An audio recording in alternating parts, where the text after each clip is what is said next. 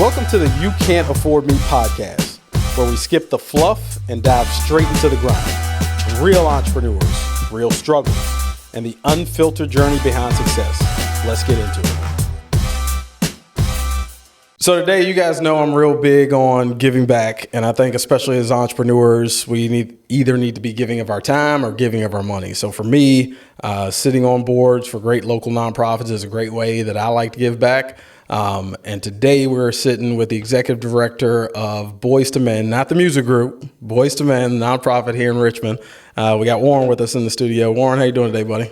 Good to see you, Sam. Awesome. I can sing Boyz To Men if I need to. Under 30 seconds, so it stays outside of royalties. End of the road. Yeah. So give everybody a quick rundown of the organization, what Boyz To Men does. Yeah, Boyz To Men is really what we're trying to do is create safe spaces for young men, middle and high school mainly, just to be able to open up and talk about what's going on in their lives. What we know is that a great portion of young men, at least the ones that we serve, either have behavioral issues, academic issues, or don't have a male mentor in the home. And so we're not there to replace anybody. We're there to just be an additional piece, additional asset to the young man. And so that's our main goal is just let's get them together, create that safety and that structure, and then consistently show up for them throughout a school year to let them know that we're there, just to listen to them and support them. Now tell us how did the organization get started? It got started really out in San Diego 26 years ago. A father and a son went on their own kind of emotional journey through this thing called the Mankind Project. And when they came back to San Diego, they looked around and didn't see an organization that was set up for the social emotional needs of young men. So they created it there, and then it kind of grew all over the world, just kind of popped up randomly. And what's great about the men who started this in San Diego is they love to share what they do, but they don't really have a high expectation that you do it exactly the same. So when we started here in Richmond, it started with our program director, who's also our chapter founder, Steve Martin, not the banjo player and comedian, though he is a very funny guy. He started this with just one young man. He was taking him up to Washington, D.C. to a chapter up there, and finally the young man just said, can we do something here? And so they started with a community circle at night, and then that grew into some school connections. And so we started at Tomahawk Creek through a teacher that was on our board at the time. And now we're in 8 school divisions, serving over 650 youth through 50 circles a week. Nice. Yeah, and the circles, let's dive into that, because that, for me, that was the determining factor. I was like, I got to be on this board because number one is men, we typically don't like talking about our feelings, and my wife will say that's definitely true about me. Yeah. But to see these kids and like sit down and talk with them, number one, you see how anxious they are to talk to other adults about what's going on in their life. But I was honestly been impressed with like the level of thinking that these kids have. Like the previous circle I was just in, I mean, these kids at the freshman, sophomore, and junior level are like thinking long term. Like they're asking me questions about investing and like where their future is going to be. And you know, you think a lot of these kids aren't taking their academics seriously. Like half the kids in the group, they're like, man, I'm an athlete. I carry a 3.6 GPA. Like these kids are rock stars. Yeah. But to sit there and hear some of the things that they're going through and how they open up, they'll talk to us about their relationships and things like that. So kind of go into the circles. Like I want people to get a real understanding of what that looks like. Yeah, when we start in late September, early October, the first thing we do is set up guidelines. We don't set up rules. For us, it's focused on these boundaries. And it's not us as men coming in setting them. It's the combination of some things that we have, like confidentiality with mandated reporting kind of tied to it. We talk about no electronics, so that's one that we'll put I language. We talk from our own experience, not you language. Outside of that, the young men get to set their guidelines. Yeah. So every circle has its own guidelines. That then creates a space where they now know, like, this is mine. They get ownership. And it also allows us as facilitators and men to hold them accountable to what they already agreed upon. Yeah. So we didn't come in and say, this is how it is, which is almost everywhere else they go. The rules are set for them. So they fight against them because they had no buy-in. since we give them buy-in, now they kind of know, okay, well, this is mine. Yeah. So from there, it becomes a check-in, which is name, feeling, what's going on there. So we're just trying to get a gauge as men on where the youth are. From there, we may start a conversation or we may have a topic in mind. So maybe that week we want to talk a little bit more about anger, so we may set that up for them and then let them, again, take the conversation where it needs to go. But that circle time is typically about 35 to 40 minutes at a school. Starts with that check-in, has that kind of middle section where it's more deeper conversation, either with one youth or multiple youth talking. And then we may have a game if we have time. And at the end, we'll do a checkout to see where their emotions are, where everything is there. So that circle space is really the container. Yeah. And if that container is tight, which you've been in those spaces where that container is tight, once it's tight, the young men will bring up almost anything. Yeah. And to your point, what I love when I sit in circle, especially with men who have never been in one, is that there's all these judgments that these young men are there's so many words that they use to describe these young men because they see them on games or they see how they talk or they see them on social media and they have judgments. But when you get in an authentic space with them and they know that they can be trusted and they know that the men are going to hold whatever they're going to drop, you just see the most authentic part of these young men, and they're amazing. Yeah, and it's incredible. And I've often said for me, there have been weeks where I'm like, I got so much going on at work. Like, I don't feel like going over the circle. And it's kind of like going to the gym. Like, you always feel better after you go to the gym. And Absolutely. Those circles for me, I think I may get more out of the group sometimes than the kids do. Like, It's it feels, selfish work. Yeah, it feels very therapeutic for me to sit there. Number one, for me to be in a safe space where I can discuss my feelings and talk about some things that are going on. And to be able to share that with the other kids, like, it's just an amazing feeling there. Let's talk about the age groups, like where we're serving, elementary, middle school, high school. Kind of give us some insight on that. Absolutely. So this started really around middle school. That was the idea, was let's get these young men kind of before they fully identified where they want to go. And a lot of times by high school, if you haven't engaged with a young man by 15, 16, they've kind of moved a pretty strong faction. You know, maybe they're driving or have a job or something. So something's kind of got a big pull for them, or a sport, an athlete. You know, they're really focused on that. So what we try to do is start with that middle school group. 7th and 8th grade is where we started. We've now had a lot of requests post COVID and the pandemic for us to start with some 6th grade groups.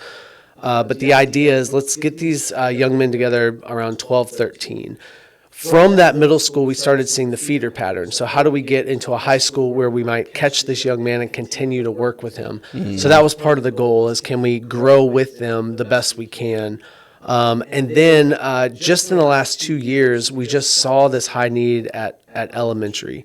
So we have a couple of pilot programs that are at 5th grade, and we have a couple more that we've added going into the 25-26 school year, where the circle looks a little bit different because the young men's minds aren't as developed. Yeah. But we start with them around like 10 and spend maybe 20 to 30 minutes with them, always with some type of food and maybe an activity, and then see them in 6th grade, 7th and 8th grade, and then 9th, 10th. It's harder to get the 11th and 12th graders, but certain schools, we can get up to that level. Then what we also looked at is here in Richmond, we've been around 13 years, so we have a lot of past participants, guys who have aged out. They don't really graduate, but age out of the program. So we started a new man circle, and the idea there was 18 and older, let's give you a space where you can come back and check in about where you are as a man. And the trade-off is be involved. So be it at our Rite of Passage Adventure Weekends, which is just an event that we do twice a year, or maybe come back to a youth circle, share your experience and story. But how can you give back to those who are now in the process as a past participant? But how do we also just stay connected with you and know that even though you've aged, we're men, we still deal with things. Absolutely. I want people to understand like the true impact that this organization provides. I think this may even been before I was on the board and you were just bringing me in as a guest speaker to some circles. But I remember there was a school where there was a car accident and like 1 or 2 kids ended up passing away. And one of the kids that was in the circle was his older brother that got in a car accident and passed away. And it's like, these kids are dealing with real stuff. Like, I don't think I ever experienced anything like that growing up where I lost somebody close to me by, violence or a car accident or anything like that. And when you realize what's really going on, like a lot of these kids just don't have the outlet. And I know, especially as a man of color, we grow up being taught like, man, tighten up, like put your chest out, like we don't cry, like that type of stuff. And when you're going through something that serious at that age, like you need an outlet, you need a place to express that. And I want people to really understand like the massive things that these kids are dealing with and the service that this organization is providing, because they're able to transition and get past their grief or even take that moment to grieve because of what's going on. And it's amazing to see the other kids in the group. Well, they'll get up and be like hugging each other, man, I love you, bro. If you need something, like holla at me type thing. And I'm like, I've never seen kids this age like grabbing each other and hugging each other and telling each other they love them and that they're there for them if they need them. Like, so that to me has been pretty amazing to see some of those stories. Yeah, it's really fascinating. If you think about over 75% of the young men we serve are in poverty. I mean, they're underneath the poverty line. So you have a great deal of single parents or living with non-traditional families. So they might live with a grandparent or an aunt, or maybe they're in foster care. So they're already dealing with economic pressures. Then they may have come from an experience where someone's dealing with addiction, or someone's had violence, or someone's in prison. So now you've got some isolation of certain familiar groups, family groups that are tied and kind of taken away from them. Then they have friends that are involved in certain things within the streets. So there's a pull there. So there are all these kind of pieces and parts that are all going on. And to detach from those heavy things happening in their personal lives, maybe they might be up all night playing a video game, because that's the place where they're connected to friends. They can get on headsets and talk all night. So why would you not want to be in a place where you feel connected? Yeah. So now they show up to school and they're tired. Well, we're also post-pandemic, so you've got teachers on a higher alert. So now the tension is a lot tighter there. So everywhere they go, there's just so much going on, that what happens when they get into a circle and they get comfortable there is it gives them just a place just to let it go. Yeah. And even if it's just for a minute, even if it's just to say like, man, I'm hungry today. Like, thanks for bringing food. Thanks for bringing Chick-fil-A because I'm starving today. Or, you know what, like I had a buddy who got shot last weekend. Who can relate? 7 hands go up. Yeah, okay, how can you relate? How did you deal with it? Yeah. And a huge part of what we do as an organization is honor. Because so many of these young men along the way are also just constantly told that they're doing something wrong. So what we try to do is just honor the small piece. So if a young man comes in and says like, hey, today I'm angry, thank you. Just thank them for being honest about where they are, and let them start seeing that there is a reward in just being real and authentic with where they are in a way that isn't using fists or isn't using drugs or vape or video games. Like, is there a way to authentically speak what you're already thinking or your body's feeling? And then let's honor that so that they know that that's a good thing to continue to do. Absolutely. Talk to us about the internship program that Boyz To Men has, because much to my experience, like what I said, I feel like when I come into these circles, like it's therapy for me, and I always feel better walking out of there. The stories I've heard from the interns, a lot of them come in not knowing what to expect at all. And then, I'm seeing interns in tears by the end of this program where they're like, I don't want to leave, but, I got to. I'm moving to this area, whatever the case is. So talk about the opportunities we have for interns and the benefits you've seen to college students coming in and getting involved. Absolutely. We have great partnerships with Virginia Commonwealth University and Virginia State University, a historically black university down in Petersburg. And we work with their School of Social Work departments, and they take Bachelor of Social Work seniors who have to be in some kind of field placement, and we're one of those agencies. So we already have 12 Virginia Commonwealth students lined up for this upcoming school year, 25-26, and we'll take on some VSU, Virginia State senior bachelor level social work students as well.